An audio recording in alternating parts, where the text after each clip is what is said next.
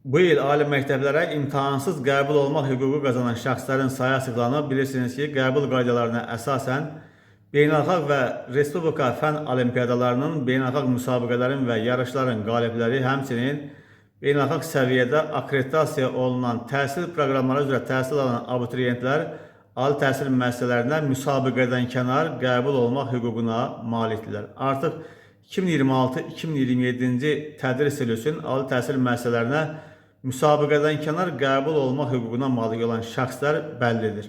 Onların dövlət imtahan mərkəzinə müraciətləri əsasında sənədləri yoxlanılır və ixtisas seçimi etmək üçün dövlət imtahan mərkəzinə dəvət olunublar. Nəticələrə əsasən bu il 3 nəfər beynəlxalq fən olimpiyadası, 104 nəfər respublika fən olimpiyadası, 63 nəfər isə beynəlxalq səviyyədə akkreditasiya olunan təhsil proqramı üzrə təhsil aldığı üçün müsabiqədən kənar ali təhsil müəssisələrinə qəbul olunmaq hüququ qazanaraq müvafiq ixtisaslara yerləşdiriliblər.